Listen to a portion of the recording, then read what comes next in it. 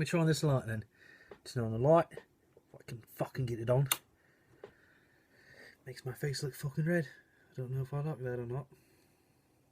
I think I like it better with it off. Makes it romantic. Fuck it.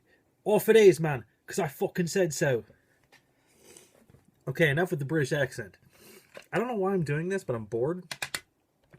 And I was just thinking about this earlier, about how I have all these video games and I do nothing to talk about them. I post about them and whatnot. But, so I figured, why not try to just rant about a video game for like 4 or 5 minutes and see if it's retarded or not doing it? I don't know. I'm bored. Again, bored. I'll make a little ultra. Go along, I have a feeling I'm going to go in and out of the British accent. I don't know why, but you know. So anyway, there's this game that I bought a long time ago for the GameCube that I discovered, and I don't even know how I discovered it. I was probably just on. I used to go to the site RPG Gamer, even though it's just called RP Gamer, and just read reviews endlessly. This was like probably 2000 to like 2007. It was like the one site I went to other than 1UP. And they always had, I think it's still there. And I think it's still in the exact same format that it's been in since like the late 90s. Which is fine with me because I'm 35 and yeah, just turned 35 yesterday actually. And one game that popped up on there that always sounded interesting to me, of course I should show it here first, is Skies of Arcadia.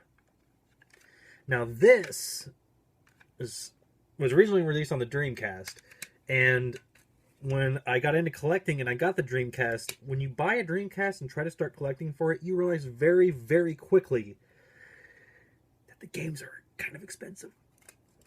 The best thing about the Dreamcast, you can burn them to CDRs and they will work on the Dreamcast. And it's not really illegal anymore because all the copyrights have kind of, it's why that's why they make all the clone consoles now. It's because all the copyrights on the hardware are gone, and what company wants to keep paying for them? You're gonna bootleg them anyway. Emulators. Come on. So yeah, I burned these onto CD, and I working at a radio station, I have access to hundreds of these CD cases. I managed to find a 2-disc one because this game was originally released 2-disc. Another pro tip for if you're going to burn for the Dreamcast, some of them need a boot disc, which you can find on, I think it's Cool ROMs, I guess. I don't do it anymore. I burned, when I first got into Dreamcast, I burned like 30 or 40 games. I have bought a few. I don't know if I actually have it here. I don't think I do. Grandia 2 I actually bought because that was when, and Resident Evil 3 Nemesis I actually did buy the disc, because I think I tried to burn it and it didn't play, so I'm like, why not? When I bought the Dreamcast, I bought it used, and I actually got the box back there somewhere, but it actually came with and when I bought it, it was just like Dreamcast with some controllers, and Code Veronica was in there, and Crazy Taxi, and 2 other games that didn't have covers, so I just printed them out. And that's when I discovered you could actually burn these things. So yeah, good times. That was fun, because if I don't have to spend money, I won't. I can't get it back in there. God damn it. Alright, there we go. But yeah, even, this is like turning into a Dreamcast thing, and that wasn't going to be what it was. I just played this today, actually, Marvel vs. Capcom 2. Free. And I think I got the Dreamcast and 4 controllers and 1 VMU and a Rumble pack.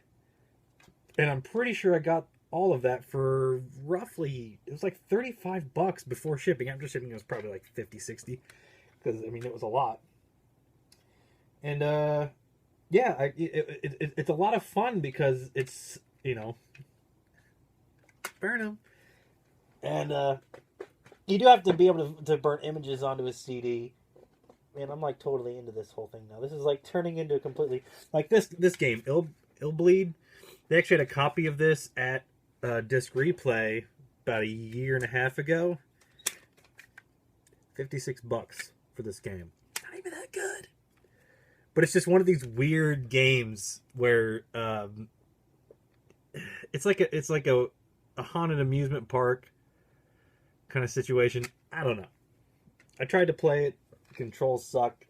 But at the same time, you know, that's not. I mean, that's a whole other issue. Ow. That guy. That guy's a whole other issue. People complain about controllers nowadays. Dude, come on now. That's not comfortable at all. But I did play Grandia 2 on it. But the game I'm trying to talk about is Skies of Arcadia. Got way off track there. I bought this on the GameCube for, I believe, when did I buy this? This was probably like 7 years ago that I bought this. It's like, I bought it like $50, and it's more than that now. And I mean, that's no manual.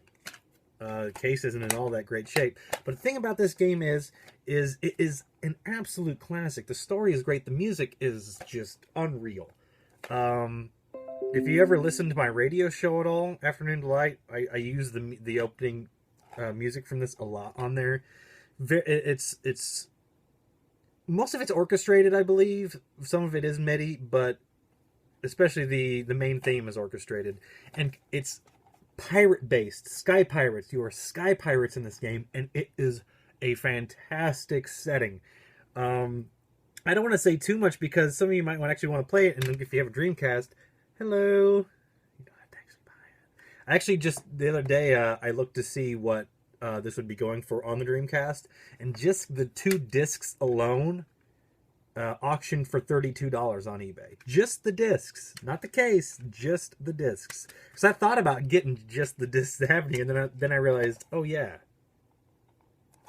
I have that copy on the GameCube, which they refer to it as Legends.